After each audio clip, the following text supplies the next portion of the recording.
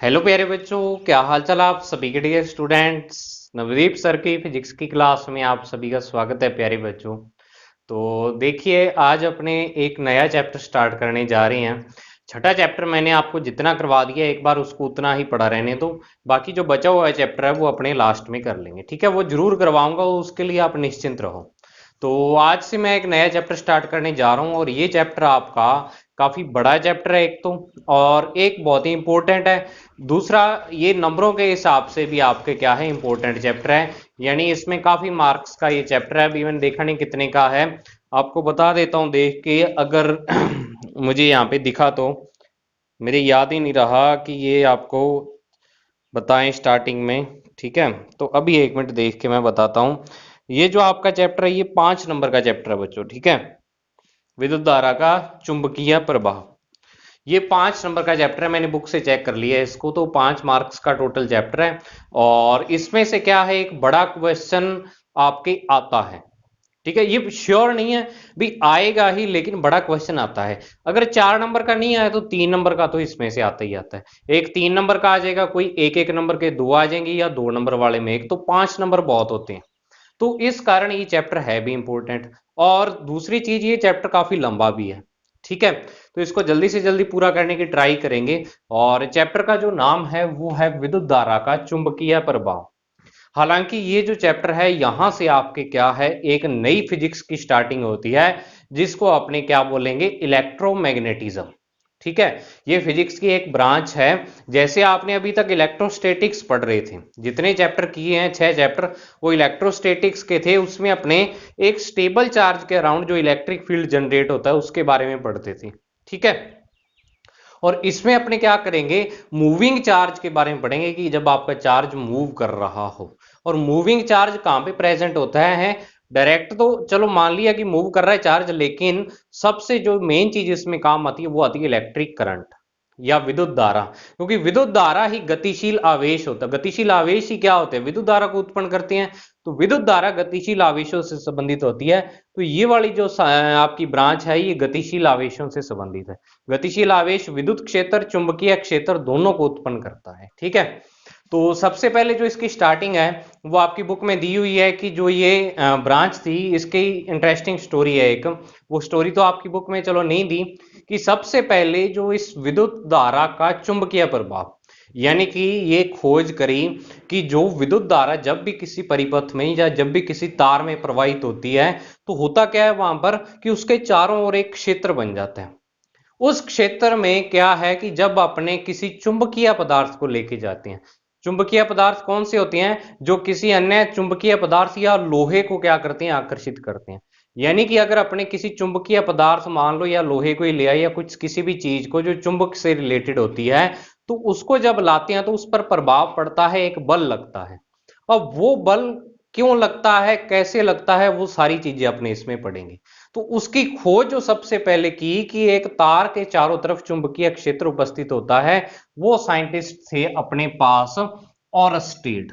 क्या नाम था उनका, ऑरस्टेड।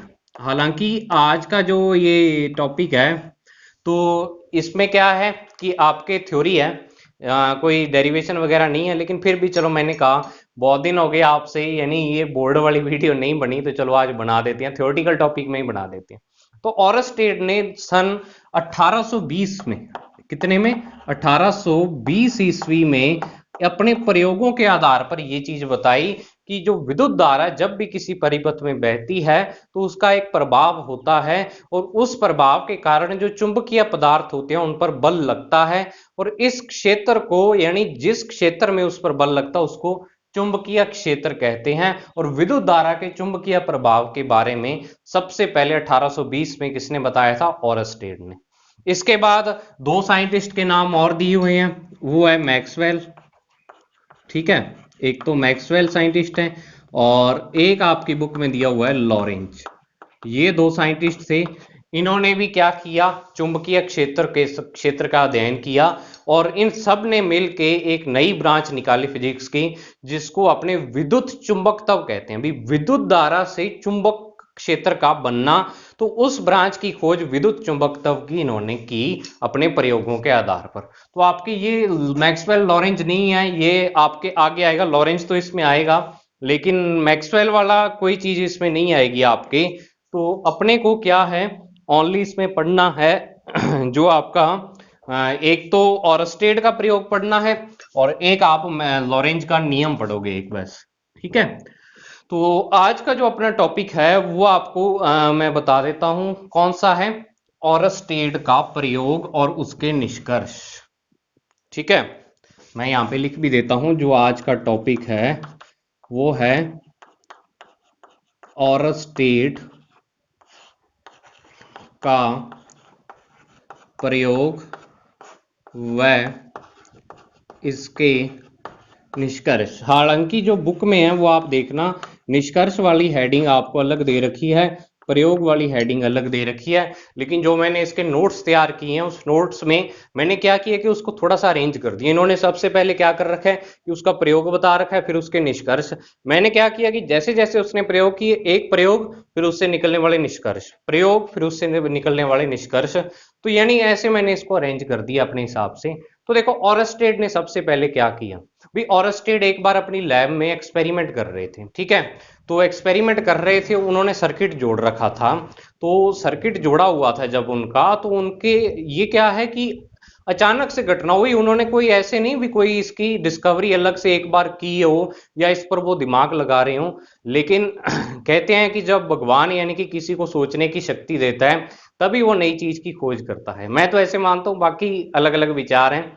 तो देखो क्या हुआ, अचानक ही संयोगवश ऐसा हुआ कि ऑरस्टेड के पास एक कंपास पड़ा था। कंपास मतलब चुंबकीय सुई, जिस जो क्या है हर टाइम उत्तर दिशा की ओर रहती है, जिससे अपने दिशा भी ढूंढते हैं, जिसको दिशा सूचक यंत्र कह देते हैं, या इंग्लिश में इसको कंपास। जो कंपास है इसका नाम ज्यादा चलता है आजकल, हर एक मोबाइल में भी होता है वो कंपास। तो वो कंपास पड़ी थी वहां पे। आप लैब में भी देखोगे, लैब में भी कंपास होगी, वहां देख लेना। तो वो कंपास को क्या हुआ कि उनका हाथ टकराया है ऐसे, और वो कंपास एक तार के पास चली गई। ठीक है, तो उन्होंने देखा कि कंपास की सुई जो हमेशा, जैसे मान लो ये कंपास है आपका, और ये मान लो ये नॉर्थ दिशा है और ये साउथ है, तो ये सुई का जो मुंह है वो हमेशा नॉर्थ की तरफ रहता है। लेकिन उन्होंने एक अजीब चीज देखी कि ये सुई यहां पे चली गई, जो इसका नॉर्थ साइड है, नॉर्थ दिशा में ना रह के या उत्तर दिशा में ना रह के थोड़ी सी विस्थापित हो गई अपनी जगह से। तो उन्होंने कहा भी ये जो सुई है ये किससे बनी हुई है, ये खुद एक चुंबक होती है। ये जो सुई होती है, चुंबकीय सुई इसको, या दिशा सूचक यंत्र या कंपास, तो इसमें चुंबकीय सुई लगी होती, चुंबक की बनी हुई। उन्होंने कहा भी ये चुंबक की सुई हिल कैसे गई, इसका क्या कारण है। तो फिर उन्होंने क्या है, एक प्रॉपर सर्किट बना के और एक एक्सपेरिमेंट किया, एक प्रयोग किया, और वो प्रयोग अपने पढ़ेंगे आज। समझ आई बात।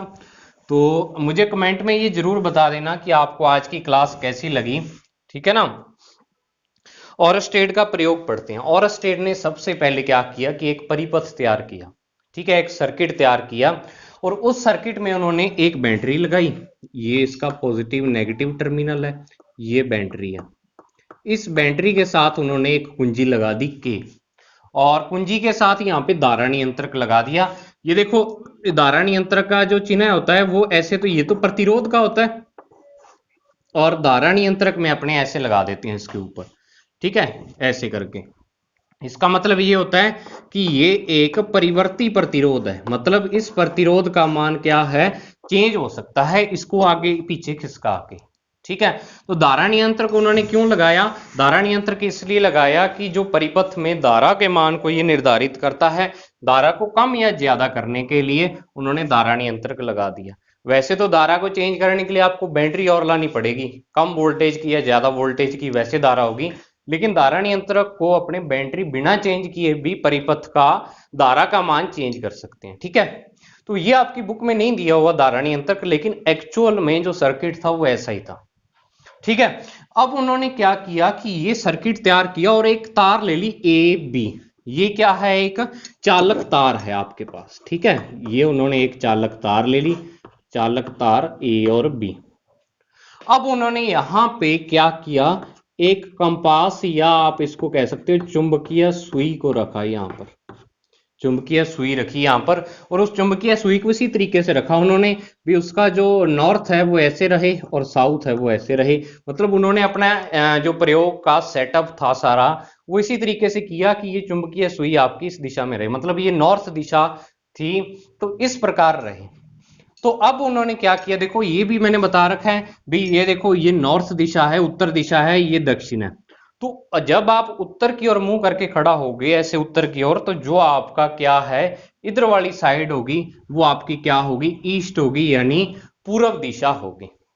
ठीक है, पूर्व दिशा होगी। जैसे मान लो मैं बोर्ड की तरफ, ये बोर्ड उत्तर की तरफ, अब ऐसे देखो ये बोर्ड उत्तर की तरफ है, तो उत्तर के इस साइड कौन सा है, जहां से सूरज उगता है, तो उगता कौन सी दिशा में है, पूर्व दिशा में। ठीक है, तो उत्तर के हमेशा राइट साइड में क्या होती है, पूर्व दिशा होती है। तो ये ईस्ट हो गया और ऊपर वेस्ट हो गया। ये दिशाओं का ध्यान अब आपको रखना पड़ेगा। ठीक है ना, अगर मैं आपको ऐसे कह दूं भाई ये यहां पे, अब मैं आपको ऐसे कह दूं भी नॉर्थ ये है, ठीक है, तो नॉर्थ के सामने साउथ तो आप लगा दोगे। अब ईस्ट वेस्ट कैसे ढूंढोगे, ठीक है, तो ईस्ट वेस्ट ढूंढने के लिए आप उत्तर की तरफ इस साइड मूव करो। तो जब इस साइड मूव करोगे तो जो आपका राइट साइड होगी वो ये वाली होगी, तो ये वाली अब ईस्ट होगी और ये वाली क्या हो जाएगी, वेस्ट हो जाएगी। तो इस तरीके से आप क्या है डायरेक्शन को ढूंढने में माहिर हो जाओ अब। ठीक है ना, तो ये तरीका है डायरेक्शन को ढूंढने का। ठीक है, तो अब उन्होंने क्या किया कि यहां पे एक चुंबकीय सुई रख दी। ये सारा क्या था, उनका प्रयोग का सेटअप था, एक्सपेरिमेंट का सेटअप था। अब सबसे पहले उन्होंने यहां पे जब चुंबकीय सुई रखी तो उनके क्या है प्रेक्षण लिखने स्टार्ट किए उन्होंने। प्रेक्षण क्या होते हैं भी, प्रयोग में देखा क्या, और नीचे उन्होंने क्या है निष्कर्ष लिखने स्टार्ट कर दिए भी, इससे रिजल्ट क्या निकलता है भी, आपने प्रयोग में क्या देखा और उस देखे हुए से रिजल्ट क्या निकलता है, क्या बात सिद्ध होती है, ये चीज पता लगी उनको। ठीक है, तो अब हुआ क्या कि ओरस्टेड ने प्रेक्षण किया। सबसे पहला जो प्रेक्षण है वो उनका था कि जब तार में धारा प्रवाह नहीं होगा, तार में धारा नहीं बहती है, तो चुंबकीय सुई में विक्षेप नहीं आता है, चुंबकीय सुई में विक्षेप नहीं आता है। ये तो उनका क्या था, प्रेक्षण था। अब निष्कर्ष क्या निकाला कि उन्होंने कहा कि जो आपका यहां पर विद्युत धारा है, विद्युत धारा अगर नहीं होगी, विद्युत धारा अगर किसी परिपथ में प्रवाहित नहीं हो रही है, तो जो आपका चुंबकीय क्षेत्र है, चुंबकीय क्षेत्र वो भी वहां पे अनुपस्थित होगा। अब ये मैं शॉर्ट में लिख रहा हूं बच्चों, ये पूरी थ्योरी आपको नोट्स में मिल जाएगी। ठीक है ना, और उस नोट्स को देख लेना आप, रख के फिर पढ़ लेना आप। ठीक है इसको, और नोट्स आपको बहुत जल्द मिल जाएंगे। छठे चैप्टर के मैं तैयार कर रहा हूँ, सातवें के मैंने कर रखे हैं, तो आपको मिल जाएंगे। तो सबसे पहला उन्होंने क्या किया है कि जब तार में कोई धारा प्रवाहित नहीं हो रही, अब इस स्थिति में ये जो कुंजी है ना ये खुली हुई है। पहली स्थिति ये वाली है, इस स्थिति में कुंजी क्या है, खुली हुई है, मतलब क्या है आपके परिपथ में धारा प्रवाहित नहीं हो रही। अब ओरस्टेड ने दूसरे नंबर पर क्या किया, दूसरा नंबर मैं यहां पे लिखता हूं, दूसरे नंबर पर प्रेक्षण में, प्रेक्षण। तो ओरस्टेड ने क्या किया, यहां पे कुंजी लगा दी। अब ये कुंजी लगाई हुई अवस्था है, ठीक है भी, यहां पे आपने कुंजी लगा रखी है, इसके अंदर डॉट लगा दिया। तो अब यहां पर विद्युत धारा प्रवाहित होने लग गई ऐसे। ये जो तार है आपकी ये ए और बी है, ए बी, ठीक है, और बिल्कुल उसी तरीके से जो चुंबकीय सुई थी वो यहां पर पड़ी हुई थी। मैं आपको चुंबकीय सुई बना देता हूं, जो चुंबकीय सुई है वो यहां पर ये वाली रखी हुई थी। तो अब जब आपके क्या है कि इस परिपथ में धारा प्रवाहित होने लगी, धारा प्रवाहित होने लगी, तो हुआ क्या कि उन्होंने एक आश्चर्यजनक रिजल्ट देखा भी, ये जो चुंबकीय सुई थी ना अब ये टेढ़ी होगी ऐसे, ऐसे करके। चुंबकीय सुई का जो एन भाग होता है वो अपने ऐसे दिखाते हैं, ये एन है और ये एस है, एन मतलब नॉर्थ और ये साउथ। भी जो चुंबकीय सुई सीधी पड़ी थी वो थोड़ी सी ऊपर उठ गई, टेढ़ी हो गई। ठीक है, तो अब इसका मतलब क्या हुआ, देखो यहां पर एक दो चीजें आपको मैं बता दूं कि एक तो जो चुंबकीय क्षेत्र है वो इससे आगे वाला टॉपिक है, और चुंबक के बारे में अगर आप पढ़ना चाहोगे तो वो आपके 8वें चैप्टर में, ठीक है ना। यहां पे मैं चुंबक को एक्सप्लेन नहीं कर सकता, बस इतनी चीज आपको बताता हूं कि जिस प्रकार जो विद्युत क्षेत्र है वो क्या है, आपका विद्युत क्षेत्र किसी भी आवेश पर बल लगाते हैं ना, F बराबर क्यू ई, और ई वहां पे क्या होता है, विद्युत क्षेत्र होता है। तो बिल्कुल उसी तरीके से एक चुंबकीय क्षेत्र होता है जो कि चुंबकीय पदार्थों पर या चुंबक पर बल लगाता है। तो अब ये सुई चुंबक की बनी होती है। तो अब इस तार के चारों ओर जब इसमें विद्युत धारा प्रवाहित हुई तो क्या हुआ, एक क्षेत्र बन गया। उस क्षेत्र को उन्होंने नाम दिया चुंबकीय क्षेत्र, और इस चुंबकीय क्षेत्र के कारण इस जो चुंबक पर क्या लगा, बल लगा। ठीक है। तो उन्होंने प्रेक्षण में क्या लिखा यहां पर, और स्टेट ने प्रेक्षण में कि जब तार में धारा प्रवाहित, जब तार में धारा अपने क्या करवा देते हैं, प्रवाहित करवा देते हैं, तो जो आपकी सुई है उसमें क्या आ जाता है, विक्षेप आ जाता है, सुई में विक्षेप आ जाता है। तो अब उन्होंने इससे निष्कर्ष क्या निकाला, निष्कर्ष ये निकाला कि जो आपका विद्युत धारा है, जो विद्युत धारा है ये चुंबकीय क्षेत्र को उत्पन्न करती है, चुंबकीय क्षेत्र को क्या करती है, उत्पन्न करती है। ठीक है। दूसरी चीज उन्होंने यहां पे एक ये बताई कि जब आपकी जो तार है उस तार में धारा,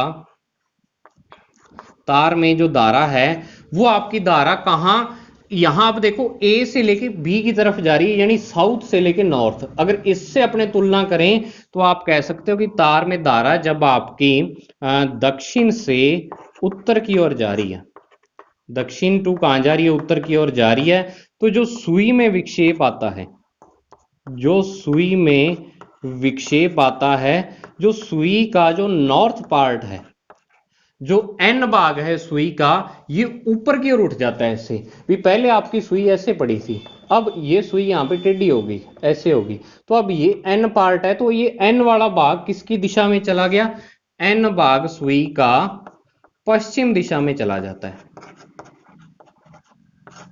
पश्चिम दिशा में विस्थापित हो जाता है। भी क्या, भी पहले आपकी सुई ऐसे पड़ी हुई थी, ठीक है, ऐसे पड़ी हुई थी। अब जब आपने यहां पर एस से एन की तरफ धारा प्रवाहित की, एस से एन की तरफ ऐसे, तो अब आपकी सुई ऐसे होगी, यानी जो इसका सीधा नॉर्थ वाला पार्ट था वो ऐसे हो गया। तो मतलब क्या हुआ कि जब आपकी सुई ऐसे होगी तो मतलब ये जो पार्ट था अब ये ऊपर की ओर खिसक गया ऐसे, और ऊपर की ओर कौन सी दिशा है, आपके पास पश्चिम दिशा है, वेस्ट है। तो ये भी ऑरस्टेड ने ये सारी चीजें नोट की। ठीक है। तीसरा उन्होंने क्या किया, तीसरे जो प्रयोग था ये तो चलो हो गया। अब तीसरे में उन्होंने क्या किया कि सेल को, बैटरी को उल्टा लगा दिया। तो उल्टा लगाने से क्या होगा कि जो विद्युत धारा का प्रवाह है वो ऐसे होने लग जाएगा, यहां कुंजी लगा दी और विद्युत धारा आपकी ऐसे प्रवाहित होगी। ठीक है, ये आपकी वही तार ए और बी, और यहां पे जो चुंबकीय सुई है वो ऑरस्टेड ने अब देखा कि वो ऐसे हो गई है, ये एन भाग है उसका, ये एस भाग है। आपको पता है चुंबक के दो ध्रुव होते हैं, एक नॉर्थ होता है, एक साउथ होता है, एक उत्तरी ध्रुव बोलते हैं, एक को दक्षिणी, डिटेल में 8वें चैप्टर में। ठीक है। तो अब उन्होंने देखा कि जो ये सुई थी इसकी तुलना में अब विपरीत दिशा में विक्षेपित होगी, किसमें, विपरीत दिशा में। अब आपने किया क्या यहां पे कि धारा की दिशा विपरीत कर दी परिपथ में। ठीक है। तो तीसरा जो निष्कर्ष निकाला उन्होंने वो ये निकाला कि परिपथ में जो धारा की दिशा है, धारा की दिशा आपने क्या करोगे, जब विपरीत कर दोगे, परिपथ में धारा की दिशा क्या कर दोगे बच्चों, विपरीत कर दोगे, तो जो आपकी चुंबकीय सुई है, ठीक है, जो इसमें चुंबकीय सुई है ये तो क्या है, प्रेक्षण है उनका, ये मैं प्रेक्षण लिखना भूल गया, प्रेक्षण है, धारा की दिशा विपरीत, तो सुई की दिशा भी क्या हो जाएगी, सुई की दिशा ये भी क्या हो जाएगी, विपरीत हो जाएगी। ठीक है। ये तो अब उन्होंने ये यहां से जो निष्कर्ष निकाला वो निष्कर्ष क्या था, आप सोच सकते हो भी क्या निष्कर्ष निकाला होगा यहां पर। भाई क्या हुआ कि धारा की दिशा को विपरीत कर दिया तो जो सुई है वो विपरीत दिशा में विक्षेपित हो जाती है। तो निष्कर्ष इन्होंने ये निकाला कि जो चुंबकीय क्षेत्र होता है, चुंबकीय क्षेत्र है इसकी जो दिशा निश्चित होती है, दिशा निश्चित होती है। और एक चीज उन्होंने ये बताई कि जो इसकी दिशा है, चुंबकीय क्षेत्र की दिशा, ये धारा की दिशा पर निर्भर करती है, धारा की दिशा पर निर्भर करती है। ये इन्होंने एक निष्कर्ष निकाला। दिख रहा है ना आपको साफ? एक बार चेक कर लेता हूं मैं, आपको सही दिख रहा होगा बिल्कुल। तो ये चीज उन्होंने निष्कर्ष निकाला भी, क्या धारा की दिशा विपरीत करने पर सुई की दिशा भी विपरीत हो जाती है। तो इसका अर्थ ये है कि चुंबकीय क्षेत्र की एक निश्चित दिशा होती है, यानी चुंबकीय क्षेत्र है वो भी एक सदिश राशि है। यहां से ये निष्कर्ष निकला। और इसकी जो दिशा है वो धारा की दिशा पर निर्भर करेगी। ठीक है, धारा की दिशा पर निर्भर करेगी। और यहां पर उन्होंने बिल्कुल विपरीत रिजल्ट निकाला कि तार में जो धारा है, अब ये वाला लिख रहा हूं मैं, तार में धारा की दिशा अगर आप क्या करते हो, यहां दक्षिण से उत्तर थी, यहां उत्तर से दक्षिण करो, उत्तर से जब आप दक्षिण करते हो तो अब आपकी जो सुई है वो ऐसे हो गई। अब जो नॉर्थ पोल यहां जा रहा था वो यहां पे आ गया, मतलब किस दिशा में आ गया? पूर्व दिशा में आ चुका है। तो आप लिखोगे कि सुई में विक्षेप, जो सुई का n भाग है वो किस दिशा में विस्थापित हो जाता है? पूर्व दिशा में विस्थापित हो जाता है। समझ आई इतनी बात? तो ये 3 निष्कर्ष हो गए। ठीक है, अब उन्होंने क्या किया, ऑरस्टेड ने यही तीसरी कंडीशन जो थी, तीसरी कंडीशन ही ली उन्होंने, और इसमें क्या किया कि इस सुई को उठा के यहां पे रख दिया। जो सुई यहां तार के नीचे रखी हुई थी यहां ऊपर रख दिया, इस वाली जगह पर। ठीक है, तो जब उन्होंने यहां पर सुई को रखा तो फिर वो हैरान हुए। हुआ क्या तब कि तब सुई की दिशा फिर से चेंज होगी। यहां पर रखी तो n भाग यहां पर फिर से।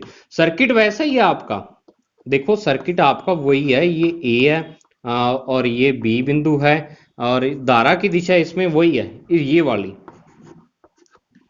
धारा ऐसी प्रवाहित हो रही है जो आपका प्लस से माइनस की तरफ। लेकिन हुआ क्या कि जो ऐसे सुई जा रही थी नीचे की ओर, वही सुई जब ऊपर रखा, यानी जो जब नीचे रखा तार से तब तो अलग थी, यानी तब तो क्या था, ये वाली सुई ऐसे थी, लेकिन जैसे जैसे इसको ऊपर रखा तो अब ये सुई घूम के ऐसे हो गई, ऐसे से ऐसे होगी घूम के। ठीक है, तो यहां पर उनको फिर हुआ भी ये तो बात क्या होगी, वही होगी जो यहाँ पे ऐसे हो रही थी। मतलब कि यहां से उन्होंने ये निष्कर्ष निकाला, मैं निष्कर्ष यहां पे लिख देता हूं, फोर्थ 4 नंबर जो निष्कर्ष है, सॉरी प्रेक्षण है, प्रेक्षण में उन्होंने क्या किया, सुई को तार के ऊपर रखा, ऊपर रखने पर तो उनको जो निष्कर्ष मिला यहां पर, वो निष्कर्ष ये मिला कि चुंबकीय क्षेत्र की दिशा, चुंबकीय क्षेत्र की दिशा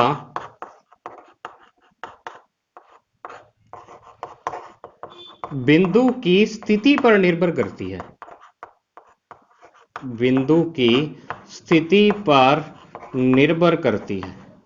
अब इसका मतलब क्या हुआ भाई, अगर तो आपने देखो तार वही है, धारा उसी दिशा में प्रवाहित हो रही है, लेकिन उन्होंने कहा कि अगर आप यहां पे कोई बिंदु पर देखोगे चुंबकीय क्षेत्र की दिशा और यहां पर देखोगे तो इन दोनों बिंदुओं पर चुंबकीय क्षेत्र की दिशा विपरीत होगी। अब कई बच्चों के दिमाग में ये आ रहा होगा कि सर विपरीत कैसे होगी दिशा, तो वो अभी आपको आगे इसी चैप्टर में अपने देखेंगे भी विपरीत होती है दिशा। ठीक है ना, एक बार उसका प्रयोग पढ़ लो आप।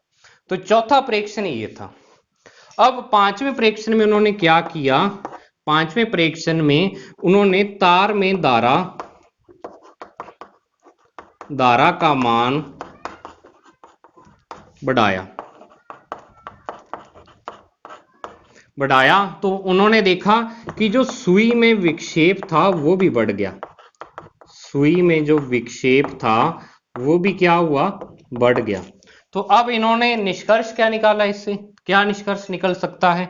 निष्कर्ष इन्होंने ये निकाला ऑरस्टेड ने, ऑरस्टेड कहते कि जो चुंबकीय क्षेत्र है ये धारा के समानुपाती होता है। मतलब धारा का मान बढ़ाओगे तो चुंबकीय क्षेत्र का मान क्या होता जाएगा बच्चों, बढ़ता जाएगा।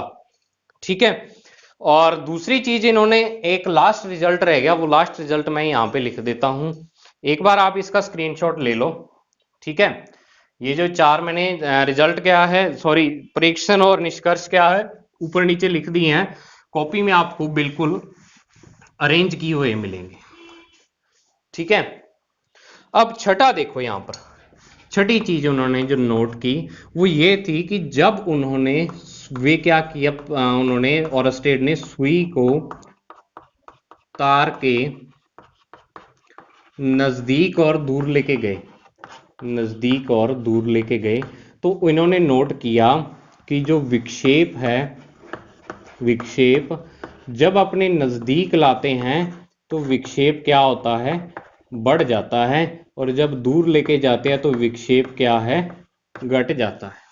ठीक है, तो यहां से उन्होंने जो निष्कर्ष निकाला, रिजल्ट निकाला, वो ये था कि जो चुंबकीय क्षेत्र का मान है, चुंबकीय क्षेत्र का मान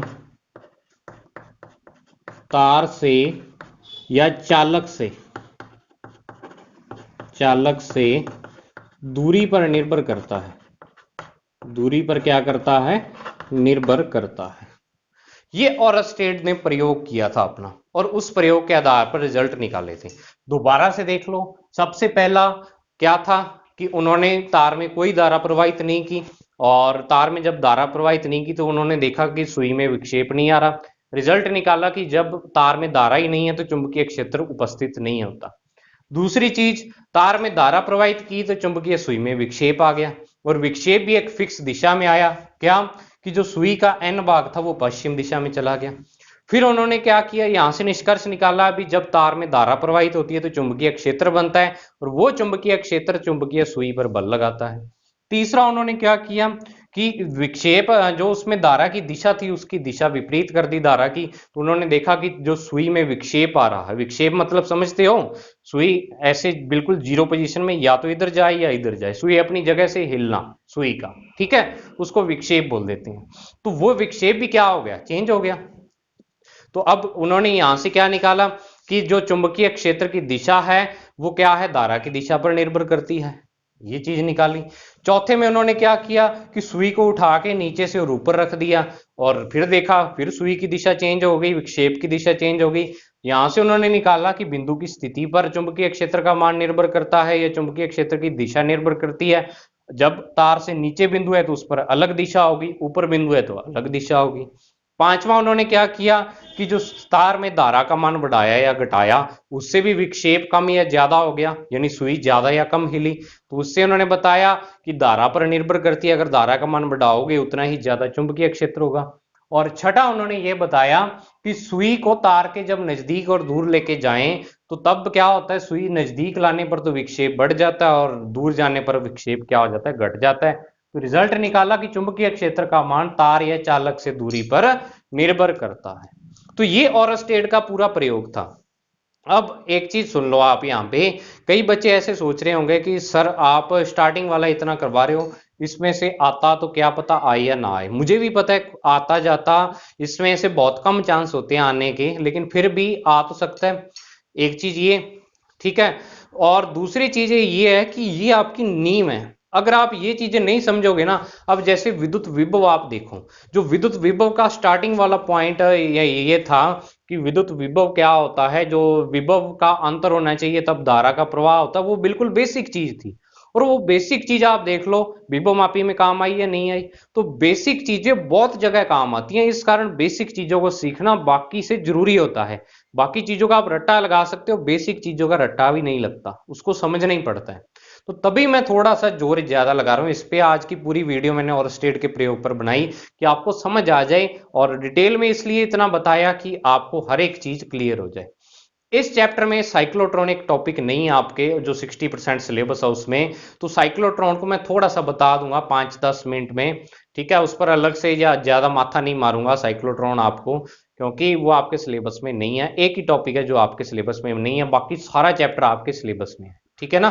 तो मुझे ये मत कमेंट करना कि सर ये सिलेबस में नहीं है, ये है, मैं सिलेबस देख के फिर ही पढ़ाता हूँ, ठीक है। इतनी बात समझ आ गई तो मुझे उम्मीद है आपको ये सारी चीज समझ आ गई होगी और आज की वीडियो आपको अच्छी भी लगी होगी। और हर एक चीज मैंने यानी शॉर्ट में आपको बताने की ट्राई की है। इसका स्क्रीनशॉट ले सकते हो या नोट से इसको लिख लेना।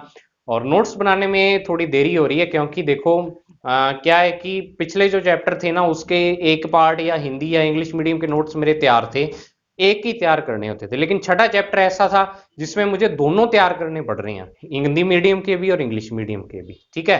तो इस कारण क्या है उसमें टाइम लग रहा है। अब देखो इस चैप्टर के हिंदी और इंग्लिश मीडियम दोनों के ही तैयार हैं नोट्स, ठीक है। तो ये आपको दे दूंगा मैं, और पिछले चैप्टर के भी बहुत जल्द उपलब्ध करवा दूंगा। अब टाइम टू टाइम आपका काम होगा, ठीक है ना। इतना टाइम नहीं हुआ। और अब क्या है, मैं जरूर आपको विश्वास दिलाता हूँ टाइम टू टाइम काम होगा।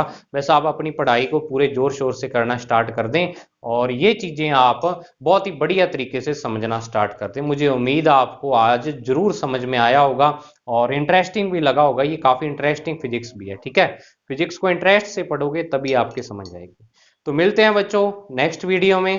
तब तक के लिए thank you. Have a nice day dear student.